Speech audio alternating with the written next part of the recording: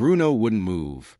As storm clouds rolled low across the North Georgia sky, bringing the kind of spring thunder that shook porch steps and memories alike, every single animal at Brookvale Rescue Shelter had been evacuated, except one. Cats were zipped in carriers. Smaller dogs barked from crates stacked in the back of the truck. Even the old beagle who hated his leash was safely tucked inside.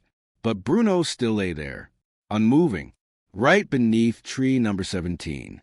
That's what the staff called it now, his tree.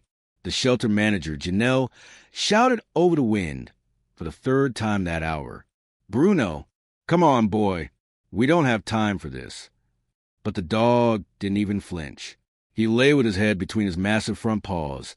Sokfer pressed the dirt, eyes fixed on something invisible, something only he could see. His breath was steady. His tail didn't twitch. Around his neck hung an old leather collar. No tags, just a strange knot tied by hand. A few of the younger volunteers hesitated, asking if they should try a tranquilizer. One backed away completely when Bruno raised his head just an inch and gave a low, guttural growl. Not loud, not angry, but enough to make them stop. And then a boy stepped out of the silver pickup parked at the edge of the lot. Nobody had called him. Nobody thought he'd come. But he did, barefoot, in a rain-soaked hoodie, walking slowly, directly toward the dog. "Caleb!" Janelle gasped. "Stay back!" He didn't answer. He just kept walking through the rain, each step leaving muddy prints in the gravel. When he reached the tree, Caleb knelt, not fast, not dramatic, just lowered himself onto one knee, like he had all the time in the world. He looked at Bruno for a long moment. Then, with a voice barely louder than the wind, he whispered, "I know why you won't leave. He died here, didn't he?" The wind kicked up leaves and dust. And Bruno, this dog that no one could touch, the one labeled "too far gone," shivered. Then he stood, not in fear, not in rage, just stood, like he had finally heard what he'd been waiting for. His tail gave a slow, single wag. Caleb reached out a hand. No one could stop him in time. Bruno stepped forward, dripping wet, trembling slightly, and pressed his forehead gently into the boy's palm. No one said a word. No one dared.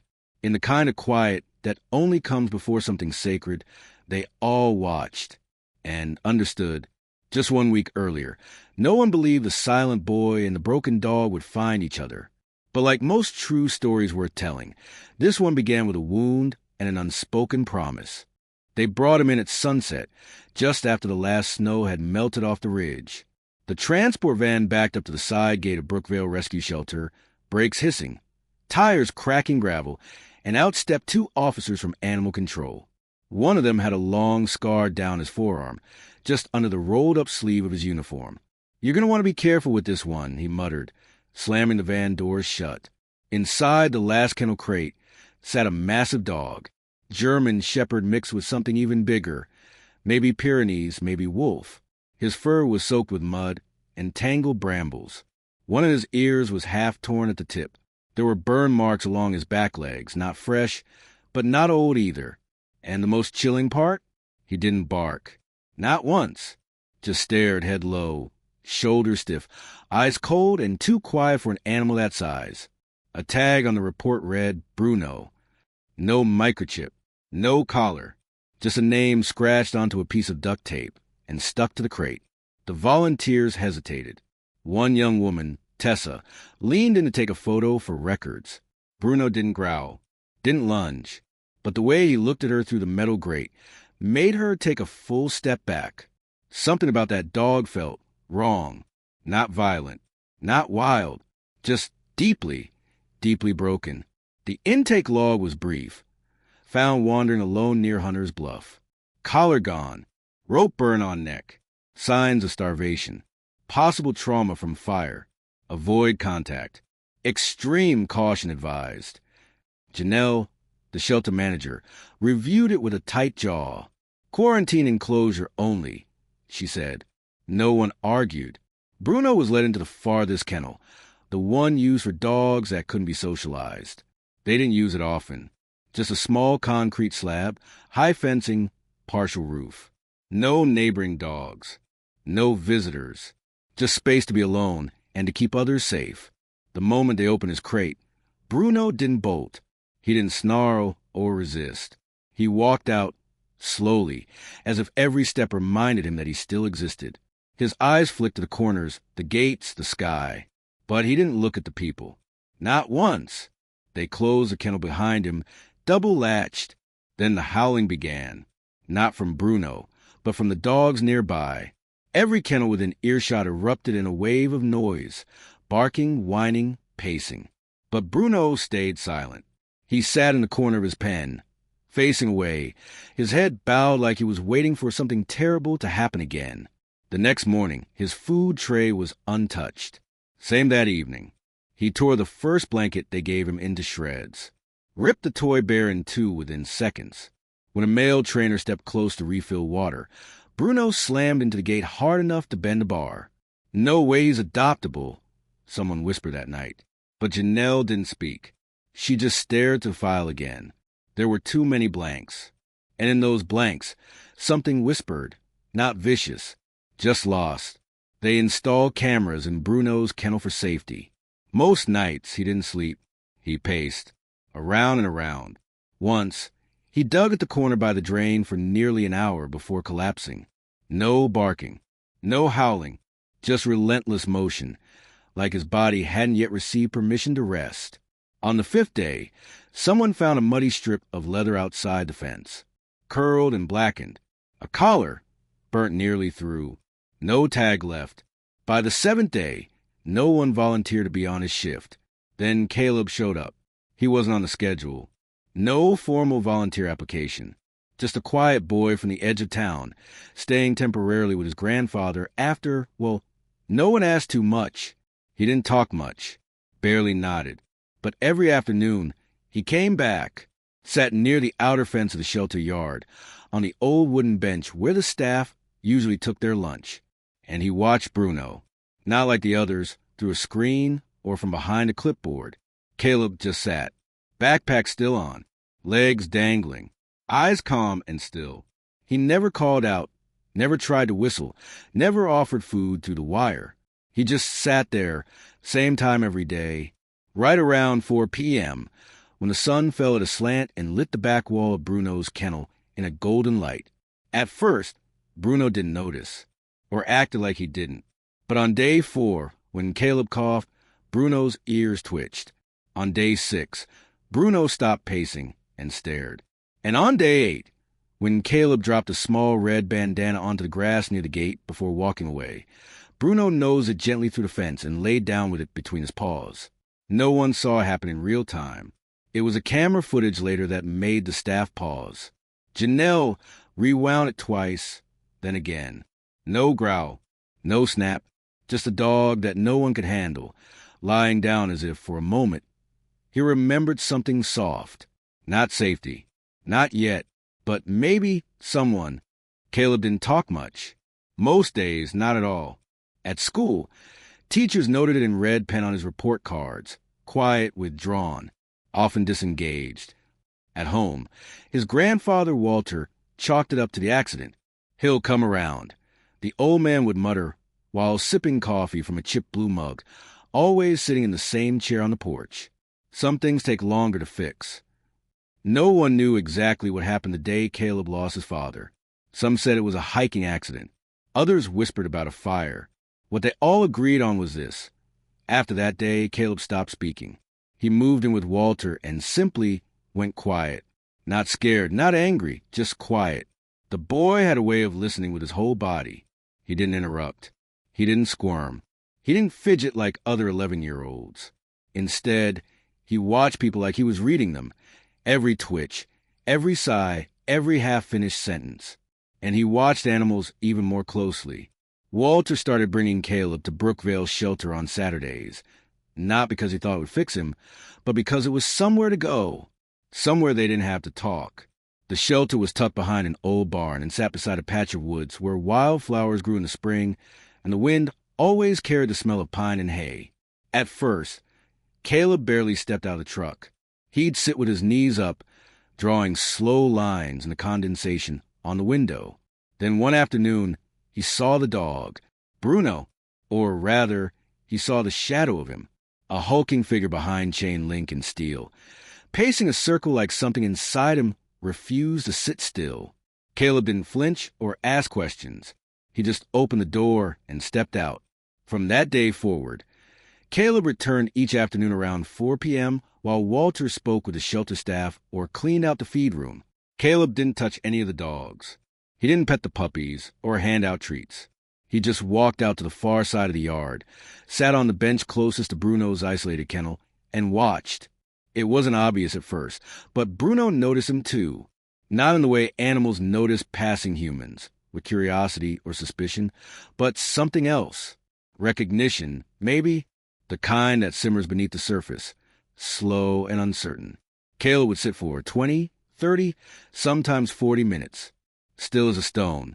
Sometimes he'd hum, soft little tunes with no words. Other times, he'd draw in a tiny sketch pad, keeping the pages close so the wind wouldn't flip them. Bruno stopped pacing. That was the first change. On the 10th day, Caleb dropped something outside the kennel before leaving, a folded square of red cloth, faded and frayed at the edges, a bandana. Later, a staff member found it pulled partway through the fence, tucked between Bruno's paws as he slept. They watched the footage from the security cam twice that night, trying to make sense of it. No one dared retrieve the cloth. From then on, Caleb would leave small things by the fence. A smooth stone, a drawing of a tree, half of a peanut butter sandwich wrapped in a napkin, and Bruno accepted them. No snarling, no growling, just silent understanding.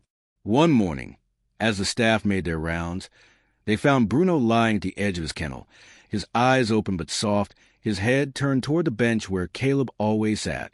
He didn't move, didn't bark, but his tail thumped once against the floor when Caleb appeared at the gate that afternoon. The volunteers began to whisper. One even said, maybe that boy's part dog.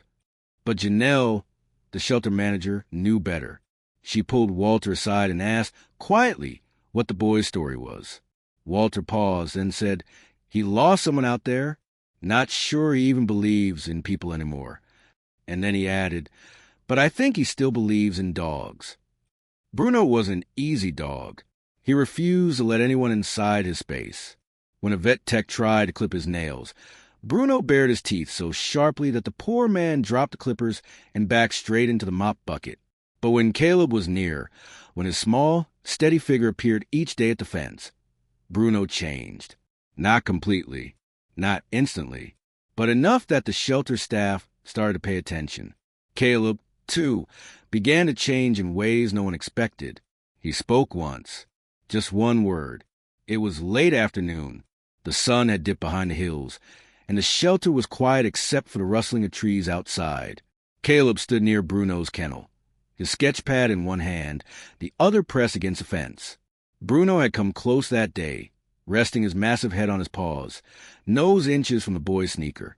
Caleb whispered something. Janelle heard it through the monitor and rewound the audio. It was a name, not the dog's name. His father's, Jake. The next day, Caleb brought a photo. Old and wrinkled, the corners curled. A man in hiking gear, smiling, with one hand resting on the head of a younger, cleaner version of Bruno.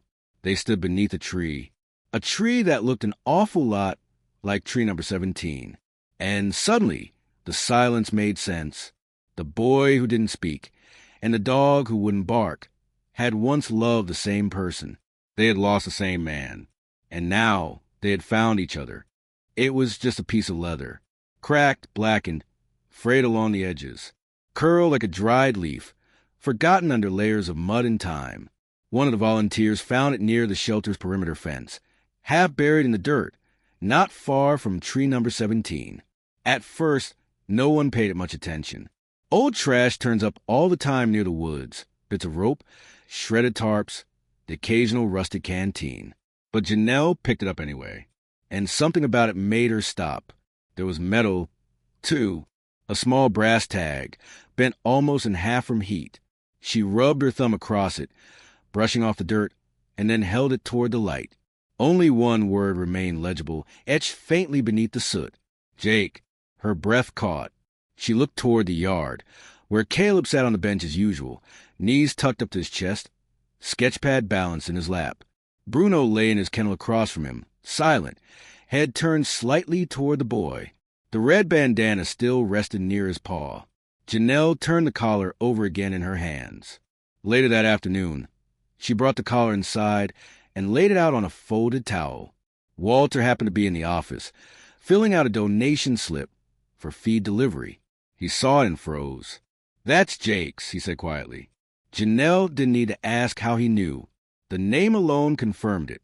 Jake Thorne, Caleb's father, a seasoned ranger who had gone missing nearly a year ago during a backcountry fire near Hunter's Bluff. His body had never been recovered. Only his burnt backpack and part of a torn jacket were found months later, tangled in tree roots beside a collapsed ridge. They had called it a tragic accident, an act of nature. But now here was the dog. And the collar. Walter leaned on the table and took a long breath. Jake used a joke that Bruno was more partner than pet. Said the dog could sense things people couldn't. Warnings in the wind. Trouble before it arrived. Janelle nodded slowly. Then he must have been with him when it happened. Outside, Bruno stirred. Something in the atmosphere changed that evening. The air felt heavier, like it remembered something. When Caleb came by with his usual sketch pad, he didn't sit right away. Instead, he walked up to the fence and placed a photograph carefully against the post, same one from before. His father, smiling, arm around Bruno, back when the dog still looked whole. Caleb didn't say a word, but Bruno stood up. He walked to the edge of the kennel, sniffed the air, and lowered his head until his nose touched the photo. Then he lay down beside it. The staff watched from the office window, unsure what they were seeing. Not obedience, not training, something older, deeper, a recognition that crossed species and loss.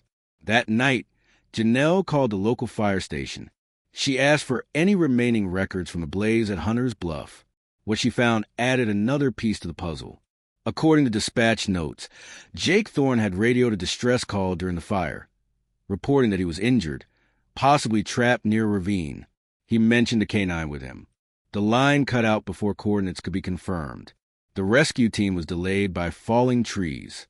When they reached the area, no one was there, just the smell of burnt pine and smoke still curling from the ground.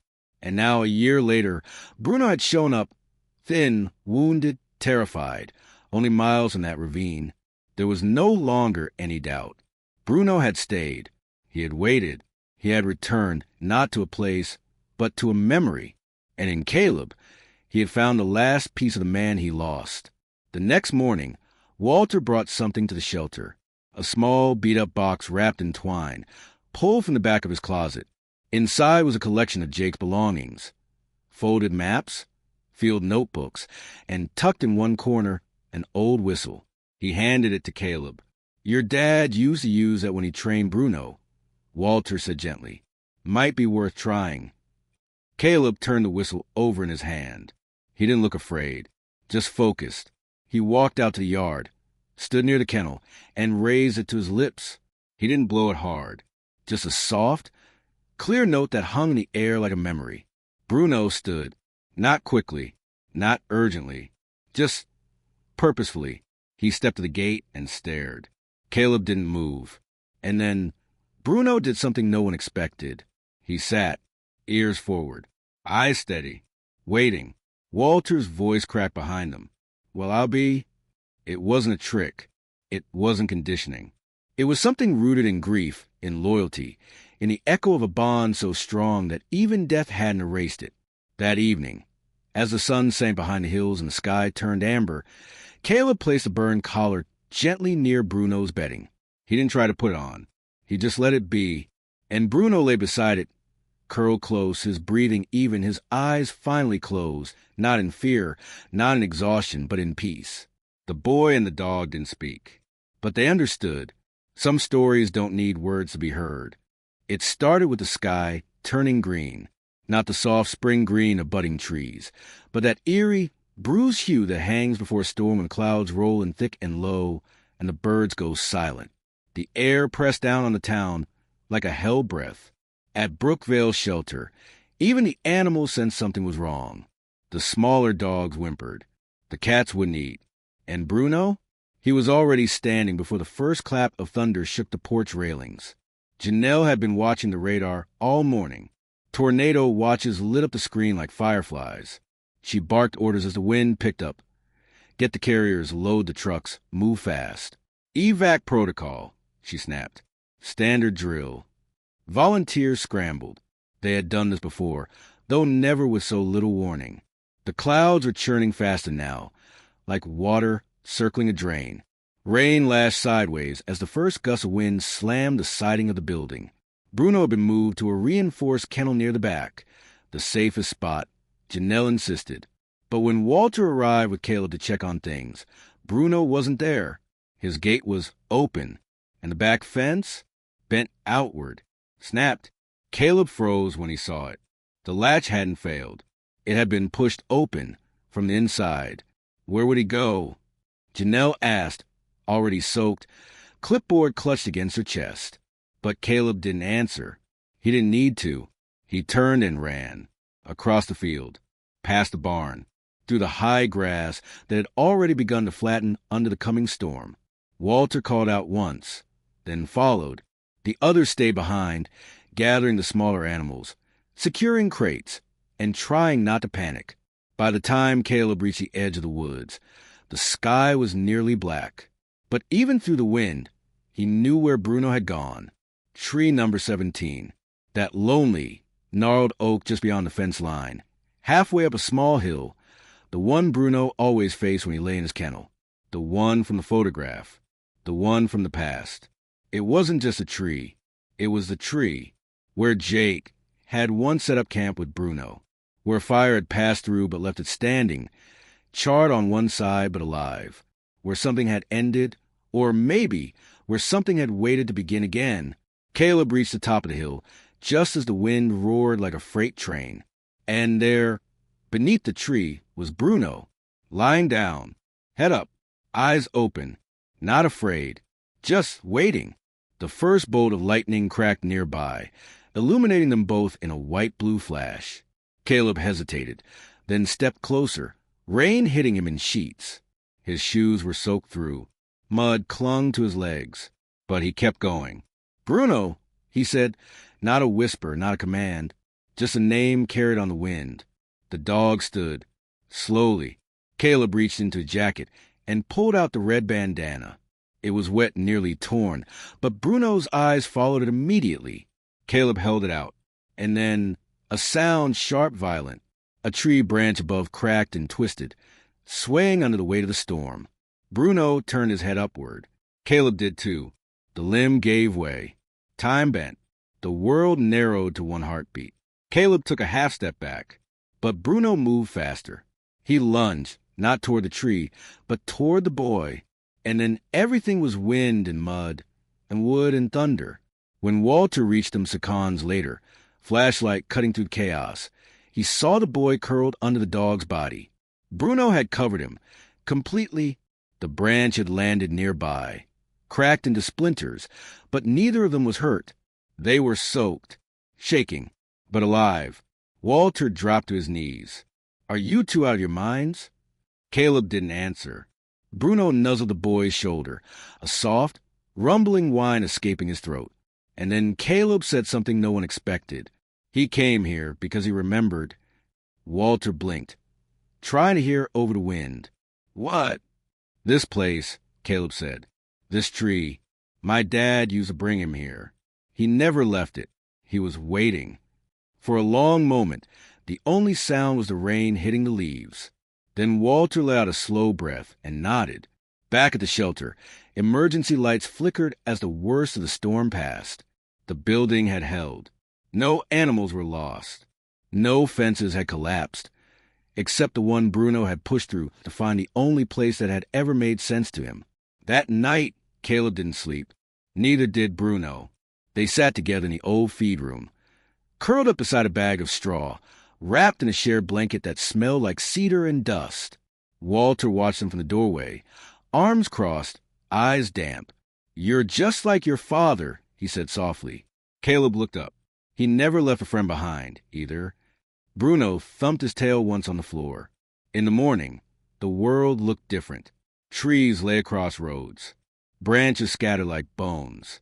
But at the shelter, everything was calm. Bruno sat by the fence, eyes clear, body relaxed.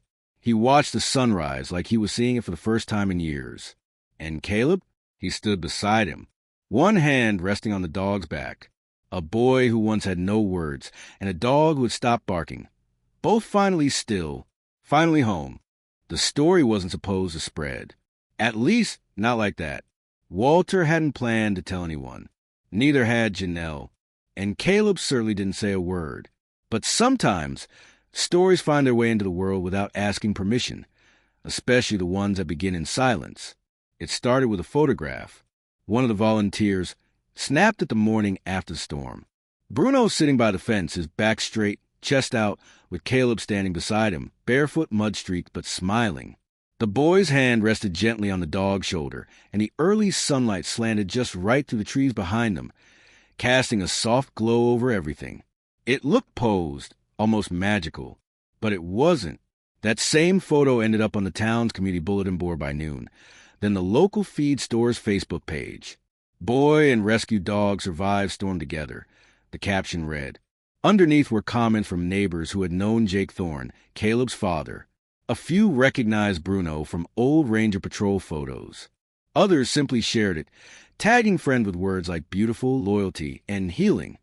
By the end of the week, the town knew, not just about the storm or the branch that nearly fell, but about the dog that had waited a year for his person to return, and the boy who never expected anyone or anything to come for him. They came quietly at first. One woman dropped off a bag of toys and 2 new leashes. Another left a handwritten card tucked in an envelope with a $20 bill. The local bakery sent over a dozen dog-shaped sugar cookies with Bruno written in blue icing.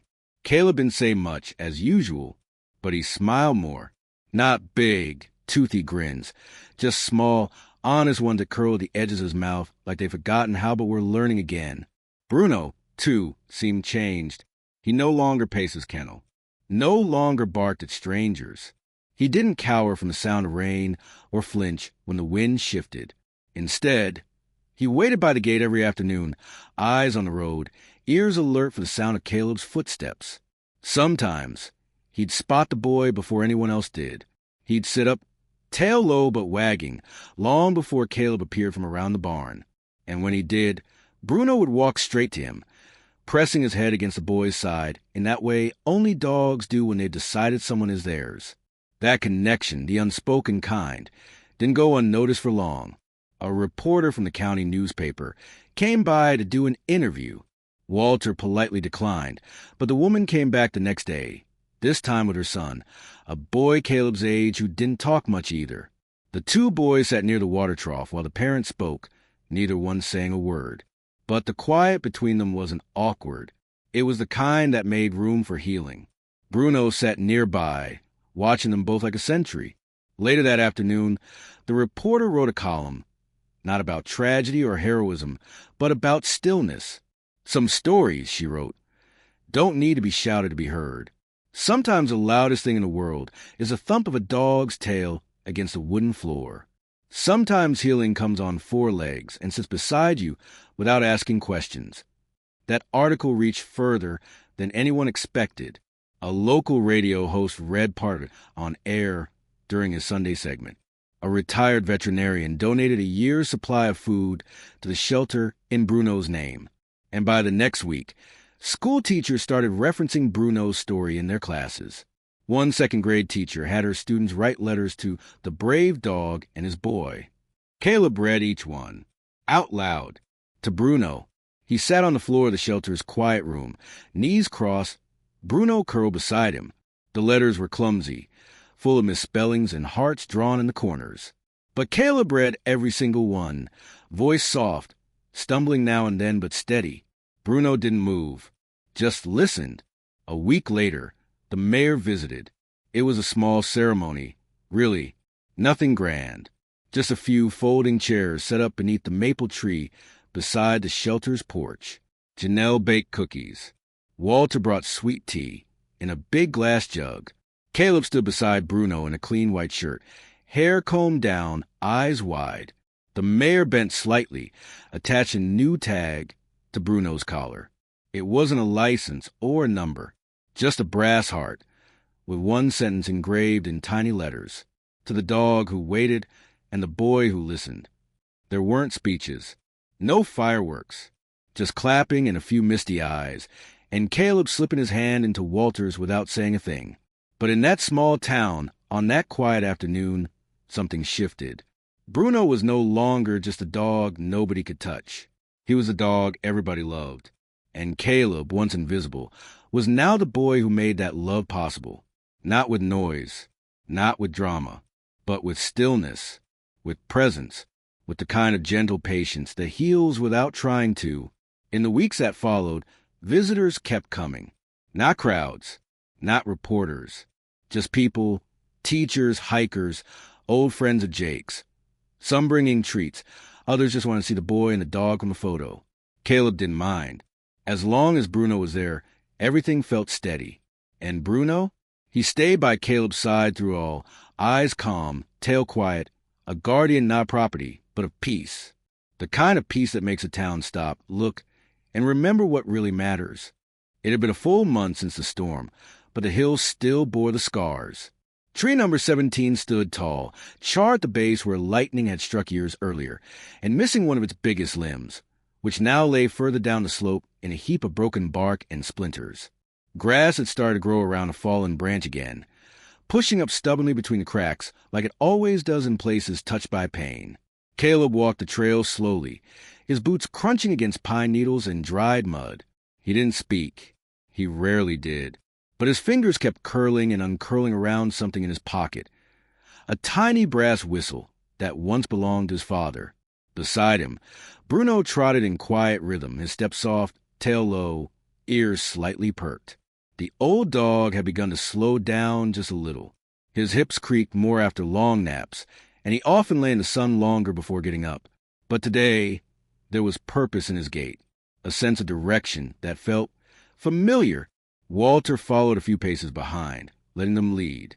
The sun filtered to the trees in thin streaks, lighting patches of forest floor like spotlights on a stage no one watched anymore. They hadn't meant to come back here. Not really.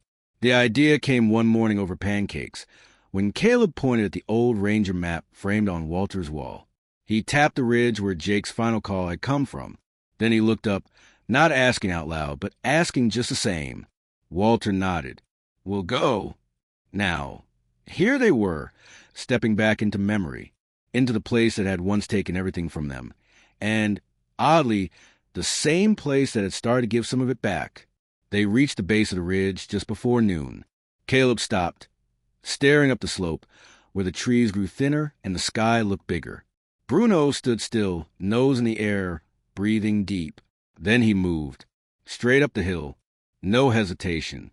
Caleb followed, without question. The trail wasn't marked anymore, but Bruno didn't need it. His paws found the same turns, the same flattened spaces where tents had once been pitched and campfires lit. Near a bend in the trail, he paused and sniffed at the ground, then lay down beside a flat stone half buried in moss. Walter reached them, panting slightly, and when he saw the stone, his breath caught. "That's where Jake built his fire ring," he said quietly. Caleb crouched, brushing the moss aside. Ash still clung to the edges, faded to gray. Time had tried to erase it, but not completely. Bruno didn't bark. He didn't whine. He just sat and looked, up the hill, toward the tree line. Caleb stood again and moved forward, eyes locked on the clearing beyond. And that's when they saw it. Half hidden by vines and brush sat the remains of an old backpack. Straps weathered, canvas torn, but unmistakably Jake's. Caleb rushed forward, heart pounding. He knelt beside it and opened the flap with shaking hands. Inside were remnants.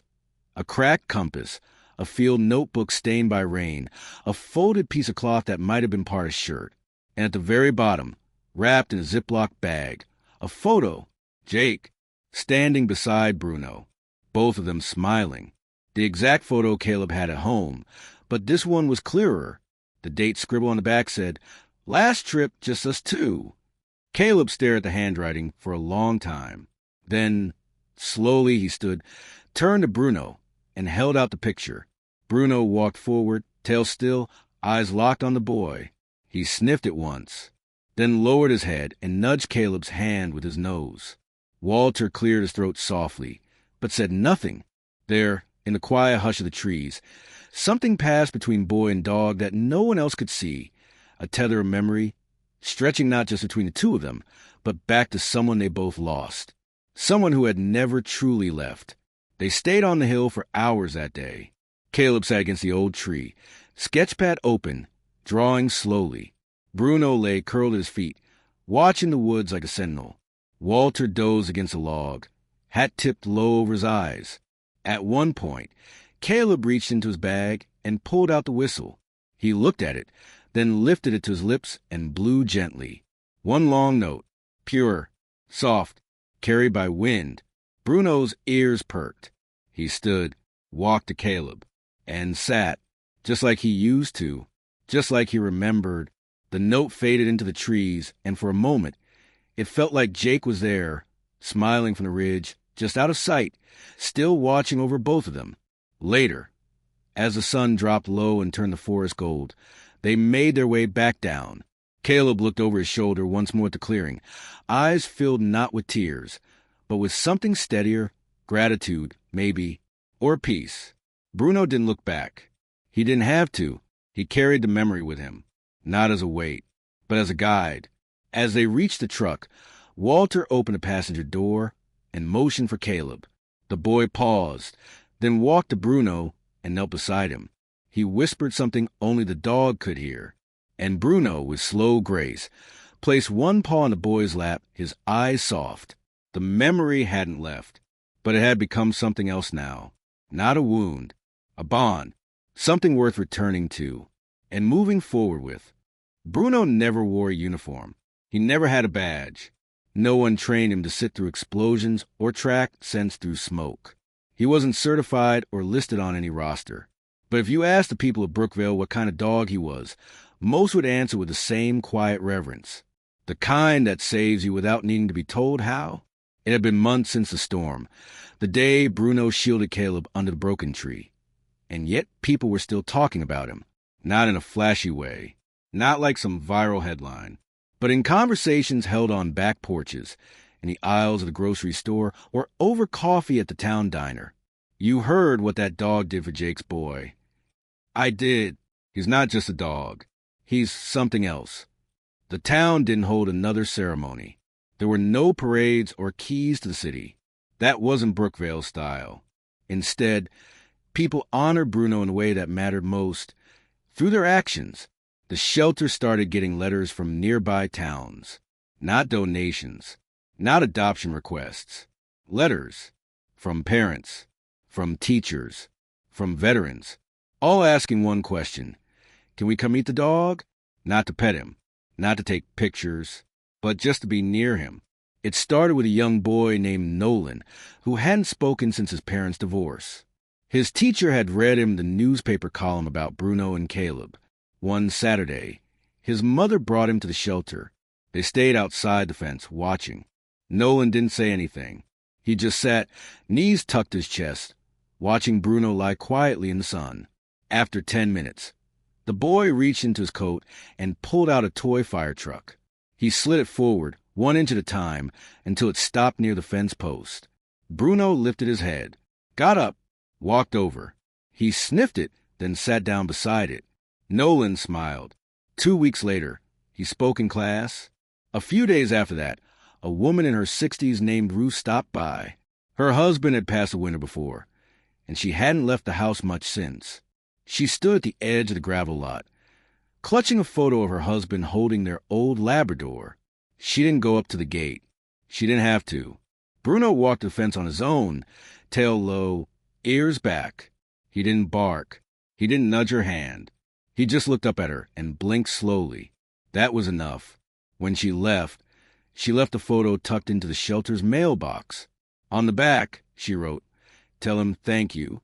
It kept happening. A teenager struggling with anxiety started volunteering twice a week. A combat veteran visited once a month, just to sit nearby with his service dog, who seemed to relax more when Bruno was around. A girl who stuttered brought him drawings and whispered poems through the wire. None of it made the papers. None of it was filmed, but it was real. And Bruno, he never changed. He didn't seem to care about attention. He never demanded praise. He simply showed up, day after day, sitting near the gate, watching the people who came and went, nudging the unsure ones closer, curling beside the broken ones like he knew exactly how they felt. Caleb noticed at first. People breathe different when they're around him, he told Walter one evening as they walked back to the truck. Like they're lighter. Walter nodded. Bruno's got a way of making the world quieter. By then, Caleb had grown more comfortable with his voice. He didn't talk constantly, never would, but his words were measured now and clear. When he spoke, people listened, especially when he spoke about Bruno. At school, teachers began inviting Caleb to small reading groups. Not because he liked reading out loud, but because the younger kids listened better when he was in the room. Once, during a storytelling session, a first grader asked if he could tell a real story. Caleb said yes. He told them about a dog who once waited under a tree. The class went silent. Afterward, one of the children slipped him a drawing, a stick-figure boy, a big dog, and a tree with hearts for leaves. Caleb folded it and kept it in his backpack. That same week, Janelle approached Walter with an idea. "I want to start something," she said. "Not a statue, not a plaque, but something alive." And so they did. Brookvale Shelter launched a small outreach program called The Quiet Ones. It wasn't fancy. Just a few chairs, some blankets, a bench near Bruno's kennel, and a rotating calendar for private visits. No pressure, no talking required. Just space for people who needed silence, and something steady to hold on to. It wasn't advertised, but word spread anyway. Visitors came. Some stayed for 5 minutes, some for hours. And Bruno, unfailing, was there for all of them. Every now and then, someone would ask, "Has he been given any awards?" Walter would smile. "He's got more than most." And he did. They weren't medals. They weren't ribbons or titles. They were the letters tucked into the shelter's drawer, the tiny drawings pinned to the staff room corkboard, the paw prints in the dirt beside a quiet bench, and the way people walked away a little softer than they arrived. No spotlight, no fanfare, just one dog, one heart, and the quiet, unshakable truth that some heroes don't wear anything at all. Bruno slowed down before anyone admitted it out loud. It was subtle at first. Shorter walks, longer naps, a little more effort to rise in the morning. His tail still wagged, but a little lower. His steps still held purpose, but with pauses in between, like his body had begun asking for permission before each move. Caleb noticed. He didn't panic. He didn't cry. He just started waking up earlier, waiting by Bruno's side before the dog even stirred. He brought water to him instead of calling him over. He laid his sketch pad beside Bruno's bed and drew quietly while the old dog rested his head on Caleb's foot. Some mornings, Bruno would still nudge the boy's elbow, asking for one more walk to tree number 17. And they'd go, slowly, side by side, the way old friends do when the urgency of the world has faded, and all that remains is the comfort of presence. One autumn afternoon, as the leaves turned gold and the air smelled faintly of wood smoke, Caleb brought a blanket out to the yard. He laid it beneath the tree, and Bruno stretched out on it with a groan that ended in a satisfied sigh. Walter sat a little distance away, sipping from his thermos. He didn't say anything. Neither did Caleb. They just let the wind carry the quiet between them. At some point, Bruno lifted his head and looked out toward the ridge, the place where he and Jake had once stood, where the smoke had once risen, where something had ended and begun in the same moment. Caleb followed his gaze. Then, softly, he said, "You remembered everything, didn't you?" Bruno blinked slowly, then rested his head back down on the boy's foot. The answer was clear. That night, the stars were especially bright. It was the kind of clear sky you only get after first frost. Crisp, endless, with every constellation sharp against the black. Caleb stayed up late. Lie beside Bruno in the old feed room, they converted into a sleeping den. He didn't say much. He didn't need to. Bruno's breathing had grown slower, steadier. Each rise and fall was deep and full, like the exhale of someone who'd carried too much and finally set it down. Caleb fell asleep with one hand resting on the dog's side. He didn't wake when Bruno's chest stopped rising. Bruno didn't whimper. He didn't cry. He just slipped away like wind to the pines, soft, unnoticed, peaceful. The sun rose over Brookvale the next morning without fanfare, but the shelter felt different. Staff moved a little slower. Volunteers spoke in hushed tones. The bench by Bruno's kennel sat empty for the first time in nearly a year. Walter found Caleb sitting by tree number 17 just after sunrise. The boy didn't turn around when the old man approached. He just held something in his lap, a folded drawing of Bruno beneath that very tree, with the words written carefully beneath. You waited for him. Then you waited for me. I'll wait for others now. Walter sat beside him. He placed a hand on the boy's back and kept it there. They didn't talk about burial or ashes. They didn't talk about grief. They just sat where the wind waited. In the days that followed, people came, not with flowers, with stories. One by one, they stood near Bruno's old spot and told Caleb what the dog had done for them, how he sat beside their child, who hadn't spoken, how he walked slowly with an old man who didn't want to go on another day, how he pressed his head into the lap of a woman who had lost her husband and reminded her she wasn't truly alone. Caleb didn't reply to every story, but he listened. He listened the way Bruno used to. Later that week, Janelle announced that the shelter would be expanding their outreach room, adding books, sketch pads, benches, and soft lighting. They'd call it the Bruno Room. No plaques, no speeches, just space to feel safe, quiet, present, and healed. Walter helped Caleb hang the first framed photo on the wall, a picture of Bruno looking out over the ridge, ears high, eyes soft. Below it was a brass plate that simply read, "For those who wait. For those who stay." That spring, Caleb began volunteering as a peer mentor at a local support group, not because someone told him to, just because he knew what it felt like to sit in silence, waiting for the world to notice you. And he knew what it felt like when one soul finally did. He told parts of Bruno's story when it helped. Other times, he just sat with the kids, quiet, solid, like someone had once done for him. People said he had that dog's heart, and maybe he did.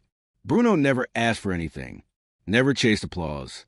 He just showed up again and again until people understood what it meant to be loved without noise, saved without spectacle. And now, Caleb had become that same quiet place for others. Years later, long after the last drawing had faded from the walls, long after Walter had passed on and the bench under tree number 17 had worn smooth from time, people still came. Some left letters. Some left toys. Some just sat. The wind still moved through the trees the same way it always had. Steady, soft, wrapping around the hill like memory.